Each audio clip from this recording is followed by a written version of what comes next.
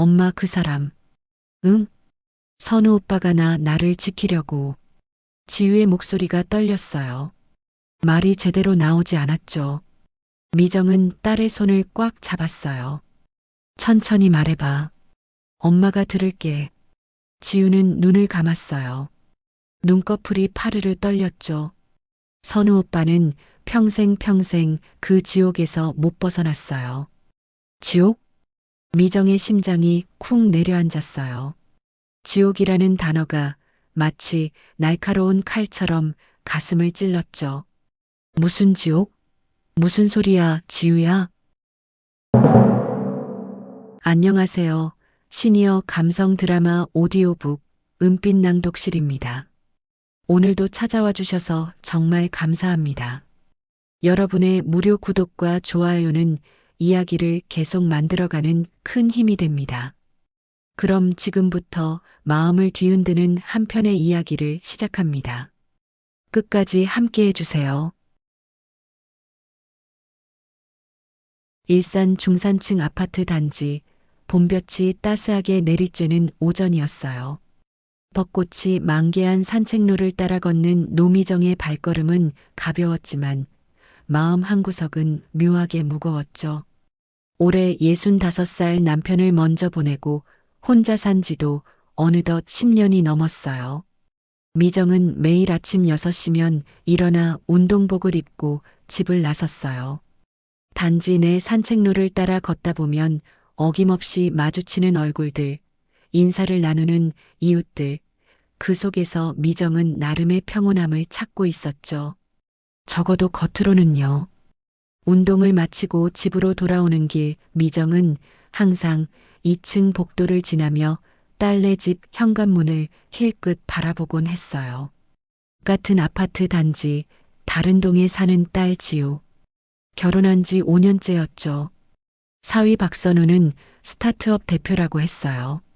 정확히 무슨 일을 하는지는 미정도 잘 몰랐지만 늘 바쁘다는 말만 들었죠. 명절에도 얼굴 보기 힘들었고 가끔 전화를 해도 죄송합니다. 장모님. 지금 회의 중이라서요라는 짧은 대답만 돌아왔어요. 그래도 미정은 크게 신경 쓰지 않으려 했어요. 요즘 젊은 사람들은 다 바쁘게 산다잖아요. 사위가 성실하게 일하고 딸이 잘 먹고 잘 살면 그만이었죠.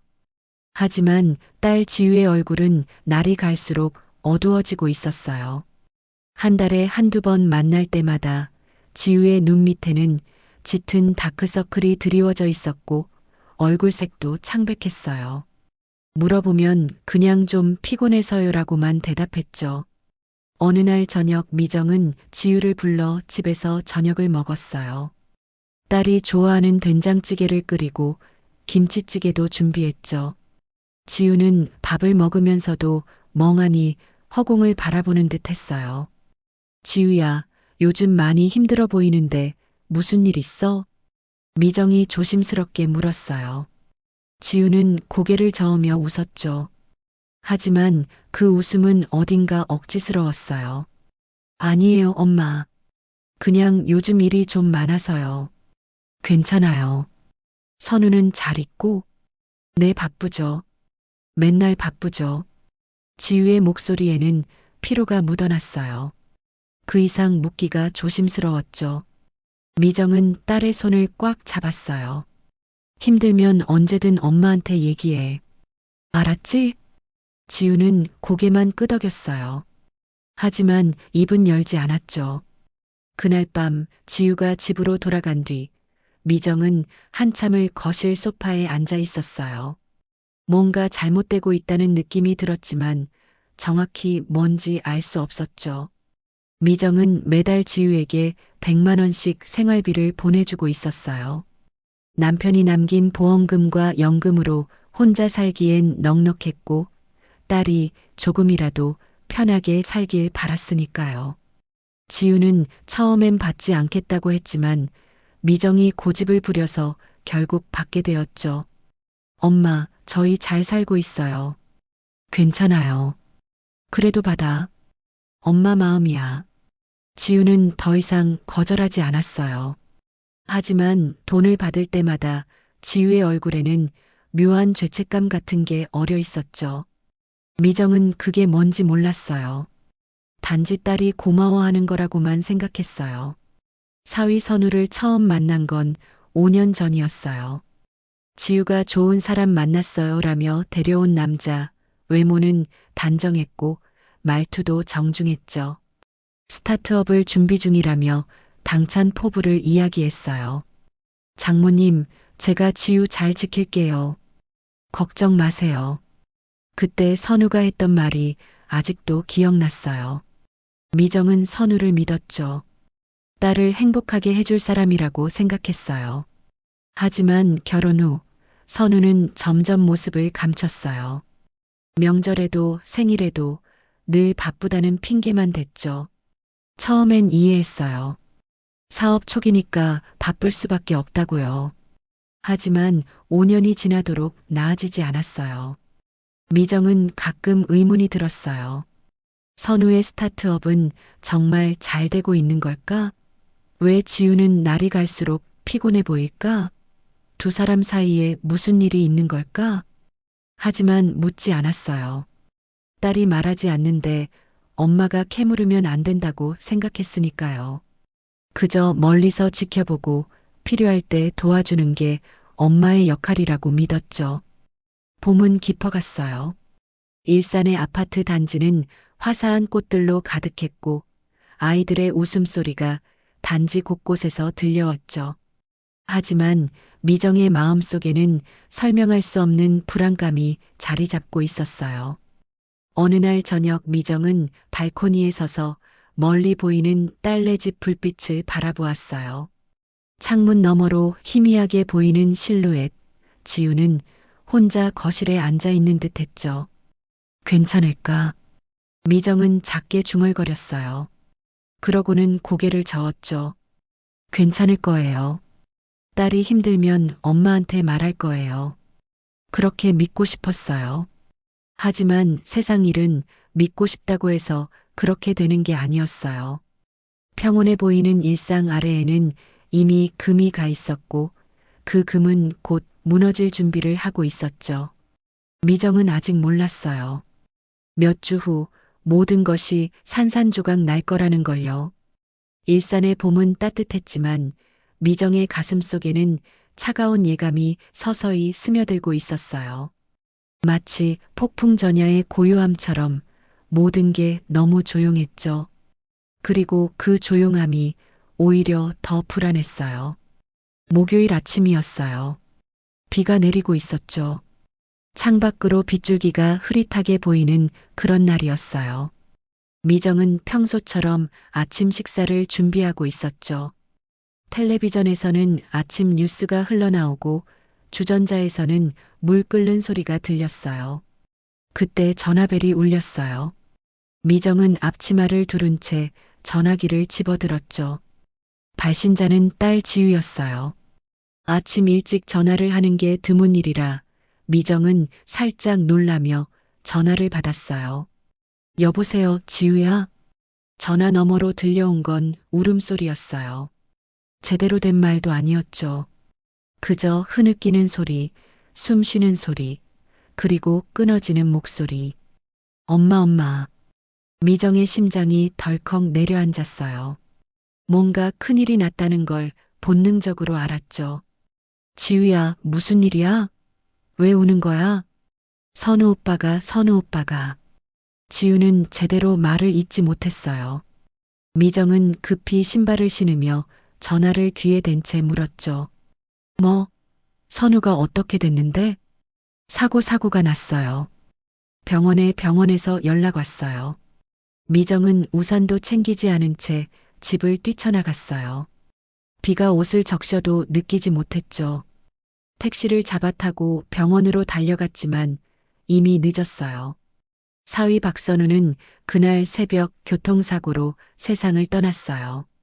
36살의 나이였죠. 장례식장은 서울 시내 대형 병원 지하에 있었어요. 미정이 도착했을 때 이미 몇몇 사람들이 와 있었죠. 하지만 이상하게도 장례식장은 조용했어요.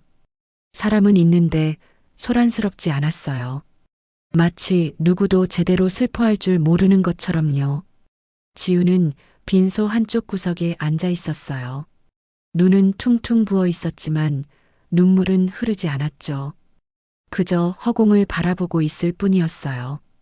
미정이 다가가 딸을 끌어안자 지우는 인형처럼 축 늘어졌어요. 지우야, 괜찮아. 엄마가 여기 있어. 하지만 지우는 대답하지 않았어요. 반응도 없었죠. 마치 영혼이 빠져나간 사람처럼 지우는 그저 빈 눈으로 앞만 바라보고 있었어요. 조문객들이 하나둘 들어왔어요. 선우의 회사 동료들이라고 했죠. 모두들 정중하게 절을 하고 짧은 위로의 말을 건넸어요. 하지만 그들의 얼굴에도 뭔가 어색함이 깔려 있었어요. 정말 안타깝습니다. 좋은 분이셨는데 형식적인 인사들만 오갔을 뿐이었어요. 진심으로 슬퍼하는 사람은 보이지 않았죠. 미정은 그게 이상했어요. 선우가 그렇게 인간관계가 없었던 걸까? 그때 한 남자가 장례식장 입구에 들어섰어요. 30대 중반쯤 되어 보이는 키가 큰 남자였죠. 검은 정장을 입고 있었지만 표정은 어두웠어요. 남자는 빈소를 향해 걸어오다가 지우를 발견하고는 발걸음을 멈췄어요. 그는 멀찍이 서서 지우를 바라보았어요. 다가가지도 않았고 절을 하지도 않았죠. 그저 서 있을 뿐이었어요. 지우도 남자를 봤어요. 두 사람의 시선이 공중에서 마주쳤지만 아무 말도 나누지 않았죠. 미정은 그 장면을 지켜보며 묘한 느낌을 받았어요. 저 남자는 누구지? 왜 저렇게 어색하게 서 있는 거지? 잠시 후 남자는 조용히 빈소에 절을 올렸어요. 그러고는 미정에게 다가와 명함을 건넸죠. 강태윤이라고 합니다. 선우형 친구였습니다. 목소리는 낮았고 떨리고 있었어요. 미정은 명함을 받으며 고개를 끄덕였죠. 아, 네. 고맙습니다. 강태윤은 더 이상 말하지 않았어요. 지우를 한 번 더 쳐다보더니 곧바로 장례식장을 빠져나갔죠. 미정은 그의 뒷모습을 바라보며 이상함을 느꼈어요. 친구라면서 왜 지우에게 위로의 말 한마디 하지 않고 가는 거지? 시간이 흘렀어요. 오후가 되자 조문객은 거의 끊겼죠. 장례식장은 다시 조용해졌고 미정과 지우만 남았어요. 선우의 친가 쪽 사람은 아무도 오지 않았어요. 미정은 그것도 이상했죠. 지우야, 선우 부모님은? 미정이 조심스럽게 물었어요. 지우는 고개를 저었죠. 아버지는 연락이 안 돼요. 어머니는 돌아가셨고요. 그럼 형제는? 없어요. 외동이에요. 미정은 더 이상 묻지 않았어요. 하지만 의문은 계속 쌓여갔죠. 30대 중반 남자의 장례식 치고는 너무 조용했어요. 친구도 가족도 제대로 된 조문객도 없었죠. 저녁 무렵 지우가 화장실에 간다며 자리를 떴어요. 한참이 지나도 돌아오지 않았죠. 미정은 불안해져서 지우를 찾아 나섰어요. 복도 끝 비상계단 쪽에서 흐느끼는 소리가 들렸어요. 미정은 조심스럽게 다가갔죠. 계단에 주저앉아 있는 지우가 보였어요. 손으로 입을 막고 소리 내지 않으려 애쓰며 울고 있었어요. 지우야. 미정이 다가가 딸의 등을 쓰다듬었어요. 지우는 고개를 들었죠. 눈이 새빨갛게 충혈되어 있었어요. 엄마나 어떡해요? 괜찮아, 지우야. 엄마가 있잖아. 하지만 지우는 계속 울었어요. 그 울음은 단순한 슬픔이 아니었어요. 뭔가 더 깊은 복잡한 감정이 섞여 있었죠. 미정은 그걸 느꼈어요. 하지만 뭔지는 알 수 없었어요. 밤이 되었어요. 장례식장은 더욱 고요해졌고 형광등 불빛만 차갑게 빈소를 비추고 있었죠. 미정은 영정사진 속 사위를 바라보았어요. 웃고 있는 얼굴이었지만 어딘가 슬퍼 보였어요. 선우야, 무슨 일이 있었던 거니? 미정은 속으로 물었어요. 하지만 영정사진은 대답하지 않았죠. 그저 조용히 미소 짓고 있을 뿐이었어요. 그날 밤 미정은 빈소를 지키며 잠을 이루지 못했어요. 머릿속에서는 계속 의문이 맴돌았죠. 왜 선우는 갑자기 사고를 당한 걸까? 왜 장례식장은 이렇게 조용한 걸까? 강태윤이라는 남자는 왜 지우를 피한 걸까? 그리고 무엇보다 왜 딸은 저렇게 복잡한 눈빛을 하고 있는 걸까?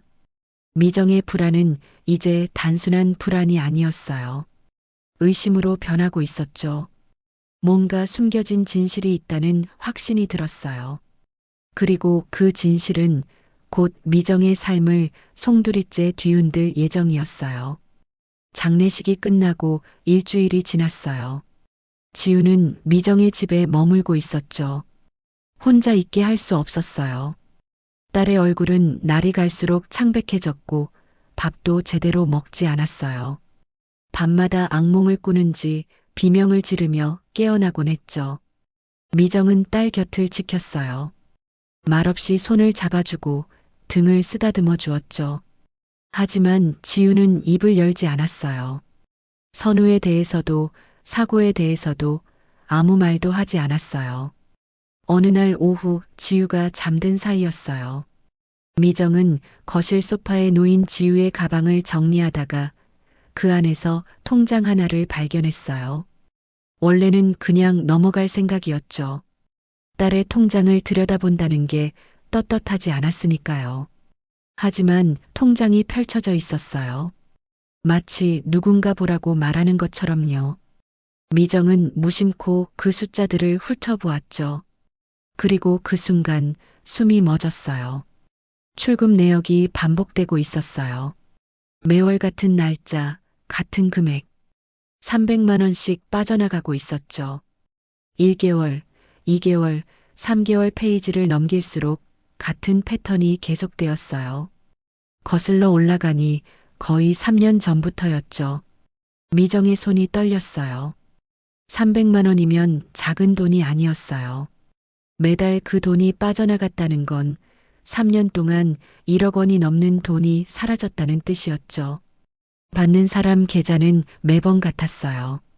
하지만 예금주 이름은 적혀 있지 않았죠. 그저 번호만 찍혀 있을 뿐이었어요. 이게 뭐지? 미정은 중얼거렸어요. 순간 뒤에서 기척이 느껴졌죠. 돌아보니 지우가 방문 앞에 서 있었어요. 창백한 얼굴로 통장을 쥔 미정을 바라보고 있었죠. 엄마 그거. 지우의 목소리는 떨렸어요. 미정은 통장을 들어보이며 물었죠. 지우야, 이게 뭐야?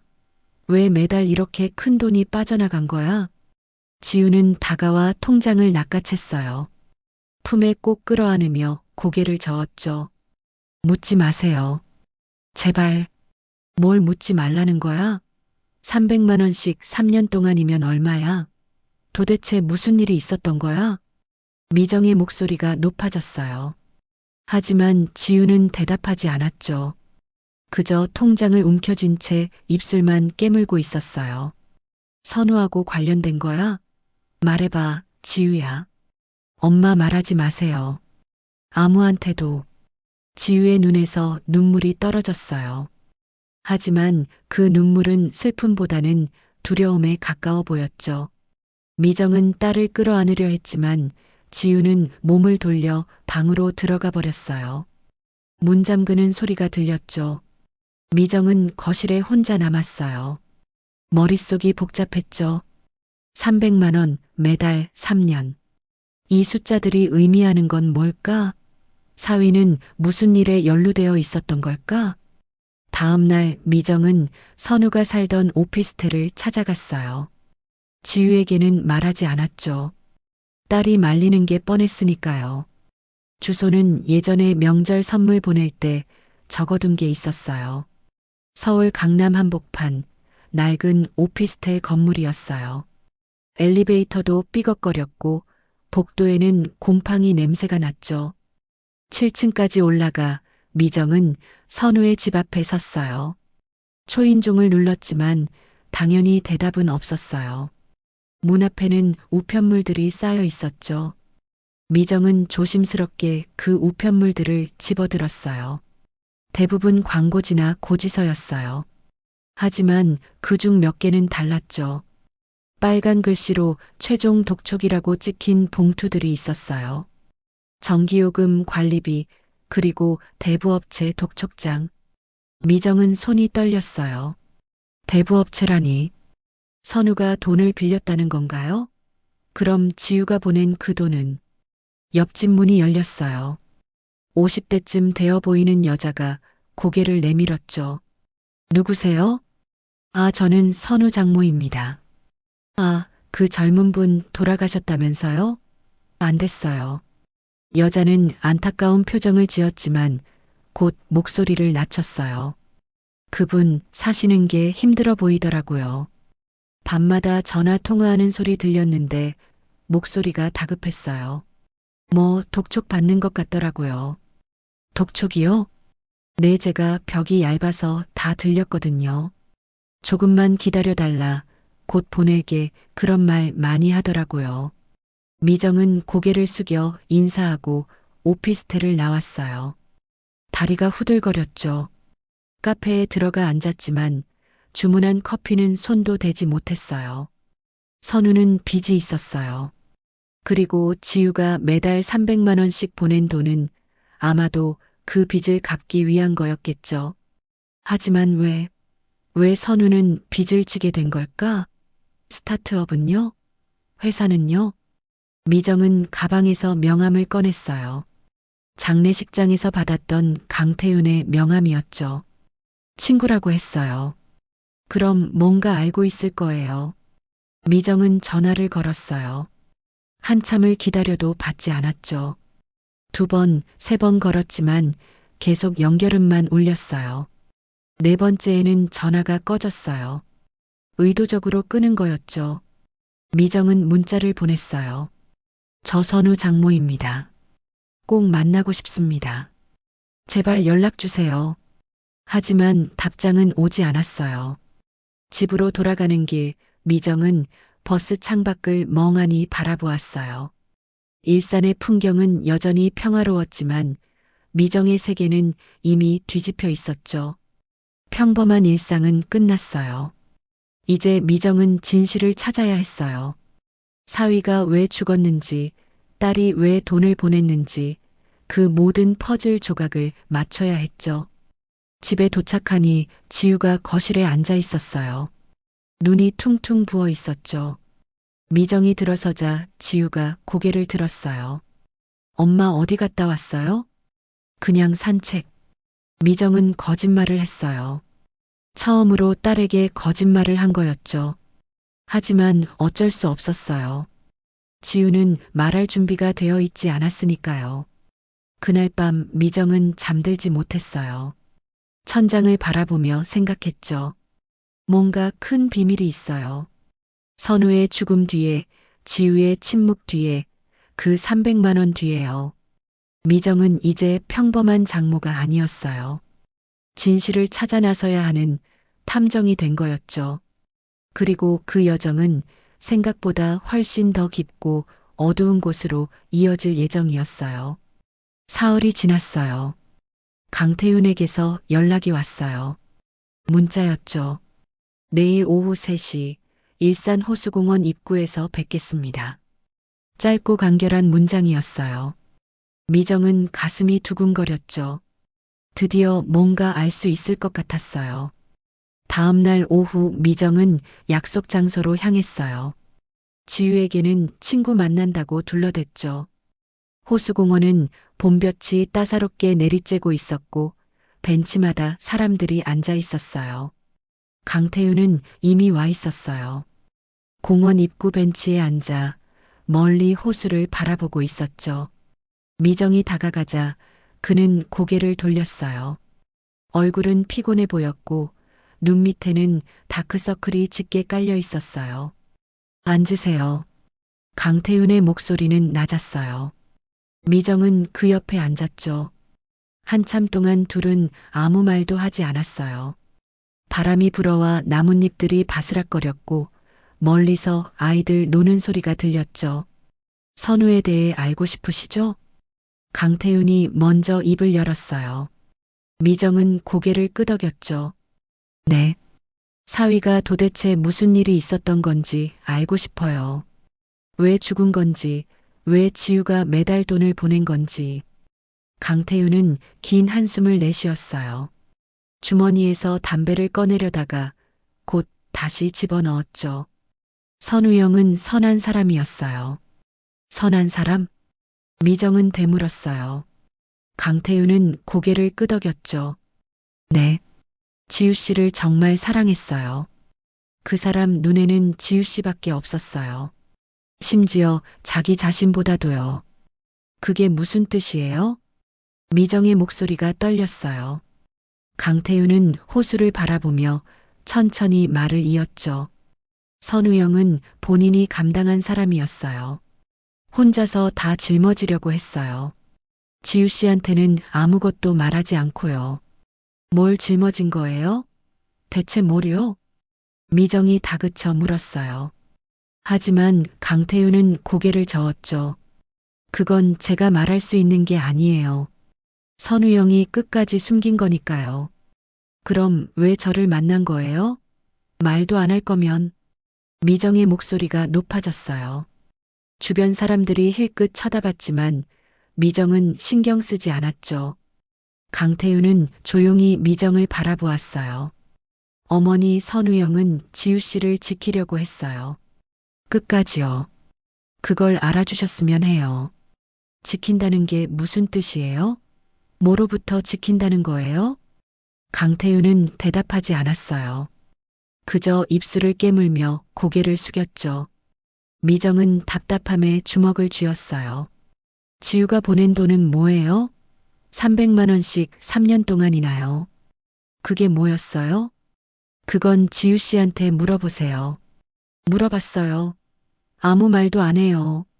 미정은 소리쳤어요. 강태윤은 일어섰죠. 죄송해요, 어머니.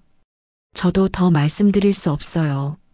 선우영이 지키려 했던 것들을 제가 함부로 꺼낼 수는 없어요. 기다리세요. 미정이 그의 팔을 붙잡았어요. 강태윤은 멈춰섰지만 돌아보지는 않았죠. 제발이요. 딸이 무너지고 있어요. 매일 밤 악몽 꾸고 밥도 못 먹고 그냥 멍하니 있어요. 전 딸을 도와주고 싶은데 아무것도 모르니까 어떻게 해줄 수가 없어요. 미정의 목소리가 떨렸어요. 강태윤은 잠시 멈칫했지만 결국 고개를 저었죠. 시간이 필요해요. 지우 씨가 스스로 말할 준비가 될 때까지요. 그는 미정의 손을 조심스럽게 떼어냈어요. 그러고는 공원을 빠져나갔죠. 미정은 그 자리에 멍하니 서 있었어요. 선한 사람, 본인이 감당한 사람, 지키려고 했던 것. 강태윤의 말들이 머릿속에서 맴돌았어요. 하지만 구체적인 건 아무것도 없었죠. 오히려 더 혼란스러웠어요. 집으로 돌아오는 길 미정은 마트에 들렀어요. 지우가 좋아하는 과일이라도 사갈까 싶었죠. 카트를 밀며 매장을 돌아다니는데 갑자기 누군가 부르는 소리가 들렸어요. 어머니? 돌아보니 지우였어요. 놀란 얼굴로 미정을 바라보고 있었죠. 지우야? 너 여기는 왜? 장 보러 나왔어요. 엄마는요? 나도 그냥 과일 좀 사려고. 어색한 침묵이 흘렀어요. 지우는 미정의 얼굴을 유심히 바라보았죠. 엄마 누구 만나고 오셨어요? 응? 아니, 친구 만났어. 거짓말 마세요. 지우의 목소리가 차가웠어요. 미정은 당황했죠. 뭐가 거짓말이야? 엄마 얼굴에 다 써 있어요. 누구 만났죠? 태윤 씨요? 미정은 대답할 수 없었어요. 지우는 카트를 그 자리에 버려두고 마트를 나갔어요. 미정이 급히 뒤따라갔지만 지우는 이미 택시를 잡아타고 있었죠. 미정도 택시를 타고 집으로 돌아갔어요. 현관문을 열자 지우가 거실 소파에 앉아 있었어요. 고개를 숙인 채 두 손으로 얼굴을 감싸고 있었죠. 지우야. 미정이 다가가려는 순간 지우가 고개를 들었어요. 눈이 벌겋게 충혈되어 있었죠. 엄마는 왜 자꾸 캐요? 지우야, 엄마는 그냥 뭐요? 엄마도 알고 싶으시죠? 선우 오빠가 왜 죽었는지, 내가 왜 돈을 보냈는지 다 알고 싶으시죠? 지우의 목소리가 떨렸어요. 미정은 다가가 딸의 손을 잡았죠. 그래, 알고 싶어. 딸이 힘들어하는데 엄마가 모르면 어떻게 도와줘? 지우야, 말해봐. 제발. 지우는 한참을 침묵했어요. 그러다 입을 열었죠. 이건 선우 오빠의 선택이었어요. 무슨 선택? 나를 지키기 위한 선택이요. 지우의 목소리가 갈라졌어요. 눈물이 뚝뚝 떨어졌죠. 선우 오빠는 혼자 다 떠안았어요. 나한테는 아무 말도 안 하고 혼자서 다 버텼어요. 나는 아무것도 몰랐어요. 몰랐는데 지우는 더 이상 말을 잇지 못하고 통곡했어요. 미정은 딸을 끌어안았죠. 하지만 지우의 말은 여전히 구체적이지 않았어요. 지키기 위한 선택, 혼자 떠안았다. 이 말들이 의미하는 게 뭘까? 그날 밤 미정은 잠들지 못했어요. 옆방에서는 지우의 흐느끼는 소리가 들렸죠. 미정은 천장을 바라보며 생각했어요. 선우의 독촉장, 지우의 송금 기록, 강태윤의 의미심장한 말, 그리고 지우의 눈물. 이 모든 게 하나의 그림을 그리고 있었어요. 하지만 아직 완성되지 않은 그림이었죠. 미정은 직감했어요. 뭔가 어둠이 있다는 걸요. 선우가 숨겨온 어둠, 지우가 말하지 못하는 어둠. 그 어둠 속에 모든 답이 있을 거예요. 그리고 그 어둠은 곧 빛 아래로 드러날 예정이었어요. 며칠이 흘렀어요. 지우는 다시 자기 집으로 돌아갔죠. 혼자 있겠다고 했어요. 미정은 만류했지만 지우는 고집을 꺾지 않았어요. 엄마, 전 이제 괜찮아요. 혼자 있고 싶어요. 그 말에 미정은 더 이상 붙잡을 수 없었어요. 하지만 마음은 편치 않았죠. 매일 전화를 걸었지만 지우는 짧게 대답하고 전화를 끊었어요. 잘 지내요, 엄마. 걱정 마세요. 하지만 그 목소리는 거짓말을 하고 있었어요. 미정은 알 수 있었죠. 딸이 무너지고 있다는 걸요. 그날은 금요일 밤이었어요. 비가 억수같이 쏟아지고 있었죠. 미정은 거실에서 텔레비전을 보고 있었어요. 드라마가 나오고 있었지만 내용은 하나도 들어오지 않았죠. 11시쯤 되었을까요? 현관 초인종이 울렸어요. 미정은 깜짝 놀랐죠. 이 시간에 누가 올 리가 없었으니까요. 인터폰 화면을 보니 누군가 비에 흠뻑 젖어 서 있었어요. 지우였어요. 미정은 급히 문을 열었어요. 지우는 비틀거리며 안으로 들어왔죠. 온몸이 비에 젖어 있었고 술 냄새가 진동했어요. 지우야. 미정이 딸을 부축했어요. 지우는 제대로 서 있지도 못했죠. 소파로 데려가 앉히려는데 지우가 미정의 품에 와락 안겼어요. 엄마. 지우의 목소리는 떨렸어요. 미정은 딸의 등을 쓰다듬었죠. 괜찮아, 지우야. 엄마가 여기 있어. 하지만 지우는 괜찮지 않았어요. 온몸이 부들부들 떨리고 있었고 숨소리가 거칠었죠. 얼마나 울었는지 눈이 퉁퉁 부어 있었어요. 미정은 지우의 젖은 옷을 벗기고 마른 수건으로 머리를 닦아주었어요. 따뜻한 차를 한 잔 내왔지만 지우는 손도 대지 않았죠. 그저 소파에 축 늘어져 허공만 바라보고 있었어요. 지우야, 무슨 일 있었어? 왜 이렇게 술을 마신 거야? 미정이 물었어요. 지우는 대답 대신 눈물을 흘렸죠. 소리 없이 조용히요. 그 눈물이 볼을 타고 흘러내렸어요. 한참이 지나서야 지우가 입을 열었어요. 엄마 그 사람. 응? 선우 오빠가 나를 지키려고. 지우의 목소리가 떨렸어요. 말이 제대로 나오지 않았죠. 미정은 딸의 손을 꽉 잡았어요. 천천히 말해봐. 엄마가 들을게. 지우는 눈을 감았어요. 눈꺼풀이 파르르 떨렸죠. 선우 오빠는 평생 그 지옥에서 못 벗어났어요. 지옥? 미정의 심장이 쿵 내려앉았어요. 지옥이라는 단어가 마치 날카로운 칼처럼 가슴을 찔렀죠. 무슨 지옥? 무슨 소리야, 지우야? 하지만 지우는 더 이상 말하지 않았어요. 그저 고개를 흔들며 울기만 했죠. 미정은 딸을 끌어안았어요. 등을 두드려주며 조용히 기다렸어요. 시간이 얼마나 지났을까요? 지우의 울음은 점점 잦아들었고 결국 지친 듯 미정의 품에서 잠들어 버렸어요. 미정은 딸을 안방으로 옮겨 눕혔죠. 이불을 덮어주고 머리를 쓰다듬었어요. 지우야, 엄마가 꼭 지켜줄게. 속삭이듯 말했지만 잠든 지우는 듣지 못했어요. 미정은 방문을 조심스럽게 닫고 거실로 나왔죠. 거실 시계는 자정을 가리키고 있었어요. 밖에서는 여전히 비가 쏟아지고 있었고 천둥 소리가 멀리서 들려왔죠. 미정은 소파에 앉아 창밖을 바라보았어요. 지옥. 지우가 한 말이 머릿속에서 맴돌았어요. 선우는 어떤 지옥 속에 있었던 걸까? 무엇이 그를 그렇게 괴롭혔던 걸까? 그때였어요. 현관 초인종이 다시 울렸어요. 미정은 깜짝 놀랐죠. 자정이 넘은 시간에 누가 또 찾아온 걸까? 혹시 지우가 술집에서 뭔가 사고를 친 건 아닐까? 불안한 마음으로 인터폰을 확인했어요. 화면에는 강태윤이 서 있었어요.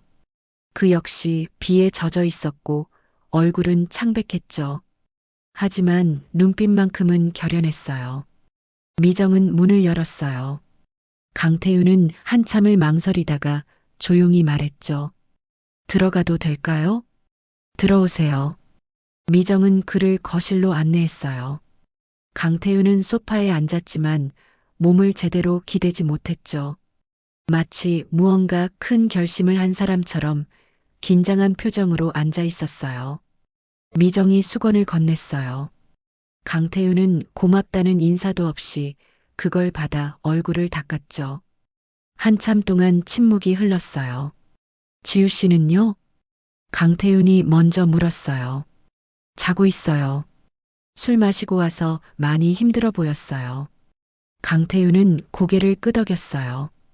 그리고 깊게 한숨을 내쉬었죠. 어머니, 이제는 말씀드릴게요.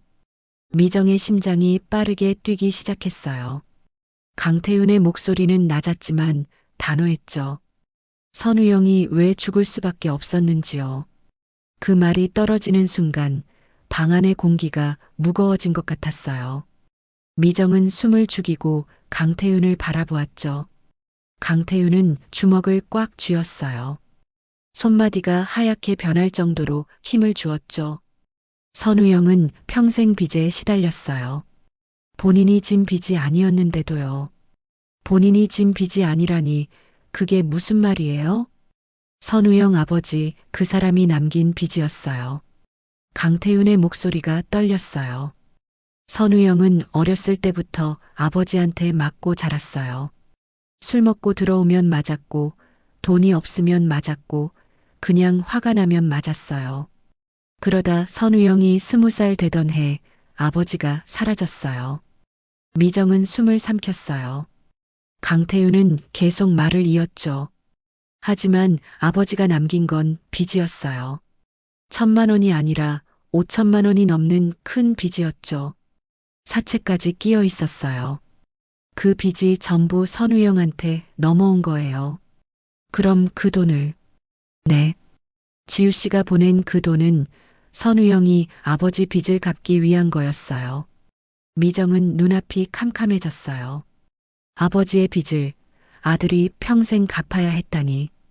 그것도 지우 몰래 혼자서요. 강태윤은 고개를 떨구었어요. 선우영은 지우 씨한테 말하고 싶지 않았대요. 지우 씨가 알면 떠날까봐 두려웠던 거죠. 그래서 혼자 다 짊어졌어요. 회사도 만들고 돈도 벌려고 했지만 빚은 눈덩이처럼 불어났고 결국 강태윤의 목소리가 끊어졌어요. 미정은 두 손으로 얼굴을 감쌌죠. 가슴이 무너지는 것 같았어요. 그래서 죽은 거예요? 사고가 아니라? 강태윤은 대답하지 않았어요. 하지만 그 침묵이 모든 걸 말해주고 있었죠. 밖에서는 천둥이 쳤어요. 번개 불빛이 거실을 잠깐 환하게 비췄다가 사라졌죠. 미정은 떨리는 손으로 입을 막았어요. 선우는 혼자 지옥 속에 있었어요. 아버지가 남긴 빚이라는 지옥, 그 속에서 평생 허우적거렸던 거예요. 딸을 지키기 위해, 사랑하는 사람을 잃지 않기 위해요. 그날 밤 모든 것이 무너졌어요. 미정의 세계가, 지우의 삶이, 그리고 선우의 마지막이요. 강태윤은 주먹을 꽉 쥐었어요. 손마디가 하얗게 변할 정도로요. 그리고 천천히 입을 열었죠. 선우영 아버지는 알코올 중독자였어요. 첫 마디부터 충격이었어요. 미정은 숨을 삼켰죠. 어렸을 때부터 형을 때렸대요. 술만 먹으면요. 내 때문에 내 인생이 망했다는 말을 들으며 자랐대요. 그러다 형이 20살 되던 해 아버지가 사라졌어요. 사라졌다고요? 네. 그냥 증발해버렸죠. 형은 그때 안도했대요. 드디어 벗어났다고요. 강태윤의 목소리가 떨렸어요. 근데 한 달 뒤에 사채업자들이 찾아왔어요. 형 아버지가 5천만 원이 넘는 빚을 지고 도망간 거예요. 보증인 란에 형 이름을 써놓고요. 미정은 눈앞이 캄캄해졌어요. 형은 거부했어요. 당연히요. 근데 사채업자들은 매일 찾아왔어요. 협박하고 폭행하고 학교까지 쫓아왔어요. 결국 형이 굴복했죠. 강태윤은 눈을 감았어요. 형은 10년 동안 빚을 갚았어요. 아르바이트 3개씩 하면서요. 낮엔 일하고 밤엔 또 일하고 잠은 하루에 4시간도 못 잤대요. 그렇게 갚아도 이자는 계속 불어났고 끝이 보이지 않았죠. 그런데 왜 지우한테 말을 안 한 거예요? 미정이 울먹이며 물었어요. 형이 지우 씨를 만난 건 기적 같은 일이었대요. 평생 처음으로 누군가 자기를 사랑해 준 거니까요. 근데 형은 두려웠어요. 지우 씨가 진실을 알면 떠날까 봐요. 강태윤의 목소리가 갈라졌어요. 그래서 거짓말했죠. 스타트업 한다고, 회사 대표라고. 지우 씨가 행복해하는 모습을 보면서 형은 계속 거짓말을 이어갔어요. 혼자서 다 떠안으면서요. 미정은 가슴이 무너졌어요. 결혼하고 3년쯤 지났을 때 형이 한계에 부딪혔나 봐요. 더 이상 혼자서는 감당이 안 됐던 거죠. 그래서 지우 씨한테 돈을 부탁했어요. 투자금 명목으로요. 그게 매달 300만 원이었던 거네요. 네. 지우 씨는 남편을 믿었죠. 사랑했으니까요. 그 돈이 전부 사채업자들한테 가는 줄도 모르고요. 강태윤은 주먹을 쥔 채 떨었어요. 형은 매일 무너졌어요. 지우 씨를 속이는 게 고통스러웠지만 진실을 말하는 건 더 두려웠대요. 그렇게 3년을 버텼죠. 근데 강태윤의 목소리가 끊어졌어요. 미정은 떨리는 손으로 입을 막았죠. 빚이 끝나지 않았어요. 형이 아무리 갚아도 사채업자들은 계속 더 요구했어요. 형은 결국 무너진 거예요. 그럼 사고가 아니에요, 어머니. 그 말에 미정의 심장이 멎었어요. 형이 스스로 선택한 거예요. 마지막 남은 방법이었죠. 자기가 죽으면 보험금이 나올 거고 그 돈으로 지우 씨가 빚에서 벗어날 수 있다고 생각한 거예요. 미정은 비명을 삼켰어요. 두 손으로 얼굴을 감싸고 몸을 떨었죠. 사고 전날 밤 형한테서 전화가 왔어요. 태윤아, 미안하다. 나 이제 그만 도망가고 싶다고 했어요. 전 무슨 뜻인지 몰랐어요. 다음 날 사고 소식 듣고 나서야 알았죠. 강태윤의 눈에서 눈물이 흘렀어요. 형은 끝까지 지우 씨를 지키려 했어요. 자기 목숨을 버리는 방법으로라도요. 그게 형이 할 수 있는 마지막 사랑이었던 거예요. 거실은 죽은 듯 고요했어요. 시계 소리만 또각또각 울릴 뿐이었죠. 미정은 말을 할 수가 없었어요. 선우는 평생 지옥에 갇혀 있었어요. 아버지가 남긴 빚이라는 쇠사슬에 묶여서요. 그럼에도 지우를 사랑했고, 지우를 지키려 했고, 마지막까지 혼자 모든 걸 짊어졌던 거죠. 어머니, 강태윤이 떨리는 목소리로 말했어요. 선우 형을 용서해 주세요. 형은 그게 최선이라고 믿었어요. 미정은 고개를 끄덕였어요. 눈물이 멈추지 않았죠. 어떻게 그 아픔을 탓할 수 있겠어요. 고마워요. 말해줘서요. 강태윤은 일어섰어요. 지우 씨 많이 돌봐주세요. 형이 마지막으로 부탁한 거였어요. 지우를 지켜달라고요. 강태윤은 문을 열고 나갔어요. 미정은 혼자 남았죠. 거실은 너무 고요했고 가슴은 너무 아팠어요. 미정은 안방 문을 조용히 열었어요. 지우가 잠들어 있었죠. 평온한 얼굴이었지만 눈가엔 마른 눈물 자국이 남아 있었어요. 미정은 딸 곁에 앉았어요. 지우의 손을 꽉 잡았죠. 선우야, 미안해. 이제야 알았어.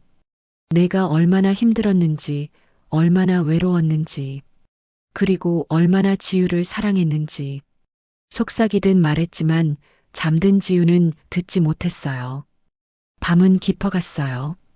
하지만 미정의 마음속에는 새로운 결심이 자리 잡고 있었어요. 선우가 지키려 했던 딸을 이제는 엄마인 자기가 지켜야 한다는 거였죠. 선우의 싸움은 끝났지만 남은 사람들의 싸움은 이제 시작이었어요. 그 빚을, 그 아픔을 함께 끝내야 했어요.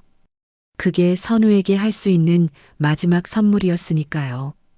창밖으로 비는 여전히 내리고 있었어요. 하지만 미정의 눈빛만큼은 흔들리지 않았죠. 딸을 지키겠다는, 선우의 마지막 소원을 이뤄주겠다는 결심으로 가득 차 있었어요. 다음 날 아침 지우가 깼어요. 눈이 퉁퉁 부어 있었지만 표정만큼은 조금 차분해 보였죠. 미정은 딸에게 따뜻한 미역국을 끓여주었어요. 지우야, 엄마가 어젯밤에 태훈 씨한테 다 들었어. 미정이 조심스럽게 말을 꺼냈어요. 지우의 숟가락이 멈췄죠. 선우가 얼마나 힘들었는지, 왜 그런 선택을 할 수밖에 없었는지. 다 알았어. 지우의 눈에서 눈물이 떨어졌어요. 미정은 딸의 손을 잡았죠. 이제 끝내자. 선우가 짊어졌던 짐, 우리가 같이 끝내자. 지우는 고개를 들었어요. 눈빛이 흔들렸죠. 어떻게요? 선우 아버지를 찾아가는 거야. 그 말에 지우의 얼굴이 굳었어요. 안 돼요, 엄마. 그 사람은 알아. 무서운 사람이겠지. 근데 지우야, 이대로는 안 돼. 끝을 봐야 해. 미정의 목소리는 단호했어요. 지우는 한참을 망설이다가 결국 고개를 끄덕였죠. 이틀 뒤 미정과 지우는 서울 외곽의 한 고시텔 건물 앞에 섰어요. 강태윤이 알려준 주소였죠. 낡고 허름한 건물이었어요. 페인트가 벗겨진 외벽, 녹슨 계단, 곰팡이 냄새가 진동하는 복도. 3층까지 올라가 미정과 지우는 203호 앞에 섰어요. 손때 묻은 문패에는 박종철이라는 이름이 희미하게 적혀 있었죠. 선우의 아버지였어요. 미정이 문을 두드렸어요. 한참 동안 아무 소리도 들리지 않았죠. 다시 한번 두드렸어요. 누구야? 낮고 거친 목소리가 들렸어요. 기침 소리가 섞여 있었죠. 선우 박선우 장모입니다. 침묵이 흘렀어요.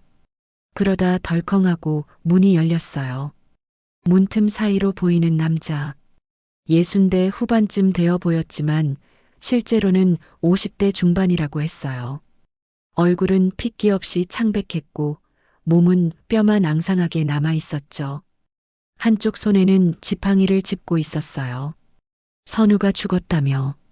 박종철은 흐릿한 눈으로 지우를 바라보았어요. 지우는 고개를 숙였죠. 박종철은 문을 활짝 열었어요. 들어와. 방 안은 좁았어요. 2평도 안 되는 공간에 침대 하나, 낡은 책상 하나가 전부였죠. 창문도 작아서 빛이 거의 들어오지 않았어요. 박종철은 침대에 앉았어요. 숨소리가 거칠었죠. 미정과 지우는 책상 앞 의자에 앉았어요. 뭐하러 왔어? 박종철이 물었어요. 목소리에는 힘이 없었죠. 선우에 대해 알고 싶어서 왔습니다. 미정이 차분하게 말했어요. 박종철은 헛웃음을 지었죠. 알아서 뭐 할 건데. 이미 죽었는데. 당신이 선우한테 빚을 남긴 게 사실입니까?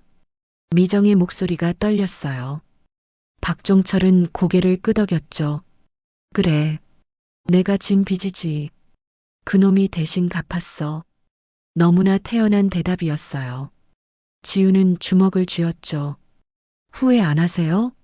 아들을 그렇게 만든 거요. 지우의 목소리가 떨렸어요. 박종철은 지우를 바라보았죠. 후회? 했지. 매일. 그는 기침을 했어요. 한참을 기침하다가 휴지로 입을 닦았죠. 휴지에는 핏자국이 묻어 있었어요. 난 나쁜 아버지였어. 알아. 술만 먹으면 그놈을 때렸지. 내 인생이 망한 게 다 그놈 때문이라고 생각했어. 박종철의 목소리가 낮아졌어요. 근데 그게 아니더라고. 내가 못난 거였어. 내가 술을 끊지 못한 거고, 내가 빚을 진 거였어. 그놈은 아무 잘못이 없었는데. 그는 낡은 책상 서랍을 열었어요. 손이 떨리는 걸 보니 건강이 많이 안 좋은 것 같았죠. 서랍 안에서 작은 노트 하나를 꺼냈어요. 이거 선우가 마지막으로 남긴 거야. 박종철은 노트를 미정에게 건넸어요. 미정은 떨리는 손으로 받았죠. 표지를 넘기자 선우의 손글씨가 나타났어요. 아버지께 이 노트를 읽고 계시다면 저는 이미 이 세상에 없을 겁니다. 미정의 손이 떨렸어요. 계속 읽어 내려갔죠. 아버지가 남긴 빚, 제가 다 갚았습니다. 보험금으로요. 이제 아버지도 지우도 그 빚에서 자유로울 겁니다. 지우는 노트를 보며 눈물을 흘렸어요. 한 가지 부탁이 있습니다. 지우를 지켜주세요. 제가 못다한 사랑을 아버지가 대신 지켜주세요. 그게 제 마지막 소원입니다. 노트는 거기서 끝이었어요. 미정은 노트를 덮었죠. 가슴이 무너지는 것 같았어요. 그놈이 날 찾아왔었어. 죽기 일주일 전에. 박종철이 말을 이었어요. 말하더라고. 아버지, 이제 그만 끝내고 싶어요라고. 난 무슨 소린지 몰랐어. 그냥 빚 얘기인 줄 알았지. 그는 눈을 감았어요. 근데 그게 아니었어. 인생을 끝내고 싶다는 거였어. 그놈이 날 밀어냈어. 마지막까지 너희를 지키려고. 박종철의 목소리가 떨렸어요. 난 그놈한테 용서받을 자격이 없어. 근데 그놈은 마지막까지 날 아버지라고 불렀어. 그는 얼굴을 손으로 가렸어요.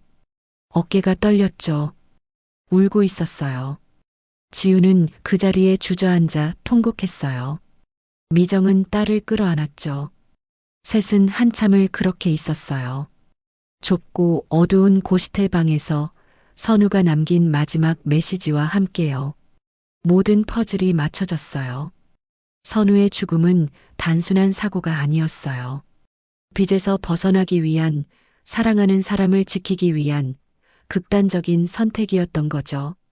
선우는 보험금으로 모든 빚을 갚았어요. 지우를 그리고 심지어 자기를 괴롭혔던 아버지까지도 자유롭게 만들었어요. 그게 선우가 할 수 있는 마지막 사랑이었던 거예요. 고시태를 나오며 지우는 미정의 손을 꽉 잡았어요. 엄마 이제 어떻게 해야 해요? 미정은 딸을 바라보았어요. 살아가는 거야. 선우가 지키려 했던 내 삶을 이제는 내가 잘 살아가는 거야.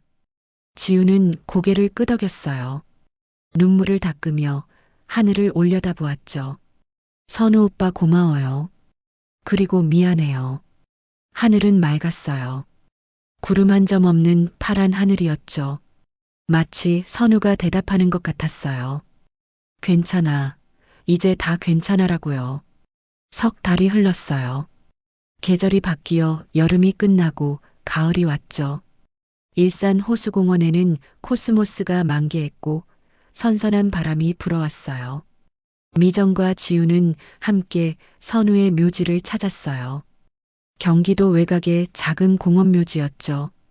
두 사람은 묘비 앞에 꽃을 놓고 한참을 말없이 서 있었어요. 묘비에는 간단한 문구만 새겨져 있었어요. 사랑하는 남편이자 사위 박선우. 그 아래 짧은 문장이 하나 더 있었죠. 끝까지 사랑했던 사람. 미정은 무릎을 꿇고 앉았어요. 묘비를 손으로 쓰다듬으며 조용히 말했죠. 선우야, 장모가 이제야 왔구나. 미안해. 내가 얼마나 힘들었는지 늦게 알아서. 목소리가 떨렸어요. 내가 지킨 지우, 이제는 내가 지킬게. 약속해. 내가 하지 못한 사랑, 내가 대신 줄게. 지우도 옆에 앉았어요. 묘비에 이마를 대고 한참을 그렇게 있었죠. 선우 오빠 보고 싶어요. 근데 이제는 알아요. 오빠가 왜 그런 선택을 했는지. 그게 오빠가 나한테 줄 수 있는 마지막 선물이었다는 거. 지우의 눈에서 눈물이 떨어졌어요. 하지만 예전처럼 무너지지는 않았죠. 잘 살게요. 오빠가 지켜준 이 삶, 절대 헛되이 하지 않을게요. 약속해요. 두 사람은 한참을 그렇게 앉아 있었어요. 바람이 불어와 코스모스 꽃잎들이 흩날렸죠. 마치 선우가 대답하는 것 같았어요. 묘지를 나오며 지우가 말했어요. 엄마, 나 회사 정리하려고요. 회사? 선우 오빠가 남긴 거요. 스타트업이라고 했지만 실제로는 작은 사무실 하나였어요. 직원도 3명밖에 없고요. 지우는 가방에서 서류 뭉치를 꺼냈어요. 오빤 제대로 된 월급도 못 줬대요. 밀린 월급이 6개월치나 돼요. 이거라도 정리하고 싶어요. 미정은 고개를 끄덕였어요. 그래, 같이 하자. 엄마가 도와줄게. 일주일 뒤 두 사람은 선우가 운영하던 작은 사무실을 찾았어요. 강남 뒷골목의 허름한 건물 2층이었죠. 문을 열자 3명의 젊은 직원들이 놀란 얼굴로 일어났어요. 사사모님? 한 직원이 지우를 알아봤어요. 지우는 고개를 숙여 인사했죠. 안녕하세요. 늦게 찾아뵈어 죄송해요. 직원들은 어색하게 서 있었어요. 지우는 가방에서 봉투 3개를 꺼냈죠. 밀린 월급이에요. 6개월치 다 넣었어요. 받아주세요. 직원들은 놀라며 손사래를 쳤어요. 아니에요, 사모님. 저희는 괜찮아요. 대표님이 얼마나 힘드셨는지 알아요. 그래도 받아야 해요. 일한 대가는 받아야죠. 지우는 눈물을 참으며 봉투를 건넸어요. 직원들은 결국 받았죠. 한 직원이 울먹이며 말했어요. 대표님은 정말 좋은 분이셨어요. 저희한테 늘 미안하다고 하셨어요. 월급 못 준다고요. 알아요. 그 사람 성격이 그랬어요. 지우는 웃었어요. 슬프지만 따뜻한 웃음이었죠. 회사는 정리할 거예요. 더 이상은 어려울 것 같아요. 대신 여러분 취업 추천서는 제가 써드릴게요. 직원들은 고개를 숙였어요. 모두 선우를 그리워하고 있었죠. 사무실을 정리하는 데는 한 달이 걸렸어요. 미정과 지우는 함께 서류를 정리하고 남은 짐들을 나눠주었죠. 선우가 쓰던 책상 서랍에서 지우는 낡은 사진 한 장을 발견했어요. 결혼식 날 찍은 사진이었어요. 환하게 웃고 있는 두 사람. 선우의 얼굴은 정말 행복해 보였죠. 지우는 사진을 가슴에 꼭 안았어요. 고마웠어요, 오빠. 나랑 결혼해줘서. 계절은 계속 흘러갔어요. 가을이 지나고 겨울이 왔다가 다시 봄이 돌아왔죠. 일산의 아파트 단지에는 벚꽃이 다시 피었어요. 미정은 여전히 아침마다 산책을 했어요. 하지만 이제는 혼자가 아니었죠. 지우가 함께 걸었어요. 두 사람은 나란히 걷며 가끔 웃기도 하고 때로는 조용히 생각에 잠기기도 했어요. 엄마, 나 요즘 상담센터에서 자원봉사 시작했어요. 어느 날 지우가 말했어요. 빚 때문에 고통받는 사람들 돕는 곳이에요. 내가 겪었던 일들이 누군가에게는 도움이 될 수도 있잖아요. 미정은 딸의 손을 꽉 잡았어요. 잘했어, 지우야. 선우도 기뻐할 거야. 지우는 더 이상 비밀을 갖고 있지 않았어요. 선우의 이야기를 필요한 사람들에게 나누기 시작했죠. 누군가는 그 이야기를 듣고 울었고 누군가는 용기를 얻었어요. 어느 일요일 오후 미정과 지우는 다시 선우의 묘지를 찾았어요. 이번엔 꽃 대신 선우가 좋아하던 커피를 가져왔죠. 오빠, 나 이제 괜찮아요. 지우가 묘비 앞에서 말했어요. 슬프지만 무너지지 않아요. 오빠가 지켜준 삶을 열심히 살고 있어요. 엄마랑 함께요. 미정도 조용히 말했어요. 선우야, 고마워. 우리 딸 사랑해줘서. 내가 없었다면 지우는 이렇게 단단해지지 못했을 거야. 바람이 불었어요. 따뜻한 봄바람이 두 사람을 감싸 안았죠. 집으로 돌아오는 길 호수공원을 지나는데 아이들이 뛰어놀고 있었어요. 연인들이 벤치에 앉아 이야기를 나누고 노부부가 손을 잡고 산책하고 있었죠. 평범한 일상이었어요. 하지만 그 평범함이 얼마나 소중한지 미정과 지우는 이제 알고 있었어요. 엄마, 저녁에 뭐 먹을래요? 된장찌개 어때? 좋아요. 내가 끓일게요. 그래, 우리 딸 솜씨 좋지. 두 사람은 웃으며 걸었어요. 선우가 지킨 일상을 이제는 자기들이 지켜가고 있었죠. 폭력의 굴레는 끝났어요. 아버지가 아들에게 물려준 빚은 선우의 희생으로 끊어졌죠. 이제 남은 사람들은 서로를 지키며 살아가고 있었어요. 일산의 봄은 다시 따뜻했어요. 벚꽃은 만개했고 새들은 노래했고 사람들은 웃었어요. 미정과 지우도 그 속에 있었죠. 상처는 남아있지만 치유되고 있었어요. 사랑은 때때로 말하지 않아도 남아요. 선우는 말하지 않았지만 끝까지 지우를 사랑했어요. 그 사랑은 이제 미정과 지우의 삶 속에 새겨져 매일매일 숨쉬고 있었죠. 저녁 노을이 아파트 단지를 물들였어요. 미정과 지우는 발코니에 서서 그 풍경을 바라보았어요. 선우도 이 풍경을 봤을까요? 아마 그랬을 거예요. 그리고 지금도 어디선가 바라보고 있을 거예요. 잘 살고 있어요, 선우 오빠. 지우가 속삭였어요. 바람이 대답하듯 불어왔죠. 따뜻하고 부드럽게요. 오늘도 끝까지 함께 해주셔서 감사합니다. 여러분의 무료 구독과 좋아요, 그리고 따뜻한 댓글은 큰 힘이 됩니다. 은빛 낭독실은 다음 이야기에서 또 찾아올게요. 편안한 하루 보내세요.